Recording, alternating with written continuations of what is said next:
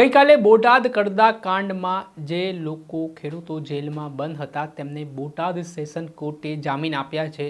તમામ લોકો હવે હળદળ કાંડના જેલમુક્ત થયા છે ને આજે આમ આદમી પાર્ટીના નેતા રાજુ કરપડા અને પ્રવીણ રામ પણ જેલમુક્ત થયા છે ને તેઓ દ્વારા પત્રકાર પરિષદ પણ કરવામાં આવી છે।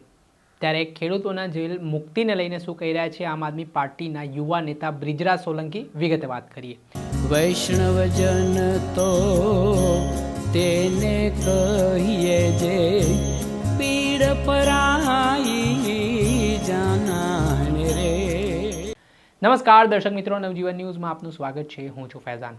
આજથી થોડાક સમય પહેલાં બોટાદ જિલ્લાના હળદળ ગામમાં જે પોલીસ એક ખેડૂત સભામાં પહોંચે છે, આ ખેડૂત સભાને મંજૂરી ન હોવાની વિગત સામે આવી હતી અને પોલીસ પર પથ્થરમારો થાય છે। ત્યારબાદ પોલીસ લાઠીચાર્જ કરે છે અને આ ઘટનામાં 85 જેટલા લોકો સામે હત્યાના પ્રયાસનો ગુનો પણ નોંધવામાં આવે છે, જેમાં આપ નેતા રાજુ કરપડા, પ્રવીણ રામ, રમેશ મેર સહિતના નેતાઓનો સમાવેશ થાય છે। ત્યારે અત્યારે આમ આદમી પાર્ટી માટે ખુશીના સમાચાર માનવામાં આવી રહ્યા છે, કેમ કે ગઈકાલે બોટાદ સેશન કોર્ટ દ્વારા તમામ જે આપના નેતાઓ હોય, ખેડૂતો હોય, તેમને જેલમુક્ત કર્યા છે। ત્યારે આને લઈને સુરેન્દ્રનગર ખાતે રાજુ કરપડાએ આજે પત્રકાર પરિષદ યોજી હતી। થોડીક જ વારમાં પ્રવીણ રામ પણ જેલમાંથી મુક્ત થવાના છે। ત્યારે ગઈકાલે ભાવનગરમાંથી જે ખેડૂતો જેલમાંથી મુક્ત થયા છે તેમને મળવા આમ આદમી પાર્ટીના નેતા બ્રિજરાજ સોલંકી પહોંચ્યા હતા, જ્યાં તેમણે ખેડૂતોની જે લડાઈ હતી, જે ખેડૂતોને મળવાપાત્ર ભાવ હતા, તેને લઈને આ 100 દિવસ છે તે ખેડૂતોની લડાઈ માટે આ તમામ લોકોએ આપ્યા હોય તેવી વાત તેમણે કરતા શું કહ્યું તે સાંભળો। જય જવાન, જય કિસાન દોસ્તો, જય હિન્દ, જય ભારત, જય જય ગરવી ગુજરાત। આજે ખૂબ જ ખુશીના સમાચાર છે।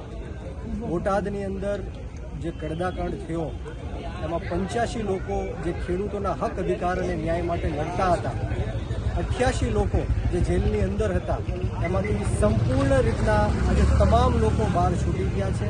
એમાં જસદણ વિંછિયા તાલુકાના બંધાળી ગામના બિનહરીફ સરપંચ જેઓ 2 મહિના અને 5 દિવસથી જેલની અંદર ખેડૂતોના હક, અધિકાર અને ન્યાય માટે સંઘર્ષ કરી રહ્યા હતા, ત્યારે હંસરાજભાઈ ભાડાળા સાહેબ આજે જેલની અંદરથી મુક્ત થયા છે। ત્યારે અમે ખૂબ જ ગર્વની લાગણી અનુભવી છીએ કે સમગ્ર ગુજરાતના 54 લાખ ખેડૂતોના હક, અધિકાર અને ન્યાય માટે જે આ કડદા પ્રથાથી વર્ષોથી એ લોકો પીડાતા હતા, લૂંટાતા હતા, આ સરકારની સામે જેઓએ હંસરાજભાઈ અવાજ ઉઠાવ્યો કડદા કાંડની અંદર, ત્યારે તાનાશાહી રાખીને, હિટલરશાહી રાખીને જે ષડયંત્ર રૂપી હંસરાજભાઈ ભાડાળાને, રાજુભાઈ કરપડાને, પ્રવીણભાઈ રામને, રમેશભાઈ મેરને અને સમગ્ર 88 લોકોને જે જેલની અંદર મોકલવામાં આવ્યા હતા, ત્યારે ગુજરાતના ખેડૂતો માટે ખૂબ ઉત્સવનો દિવસ આજે મનાવવામાં સમગ્ર ગુજરાતની અંદર આવી રહ્યો છે। ત્યારે આપ સૌને પણ ખૂબ ખૂબ શુભેચ્છા સાથે શુભકામનાઓ।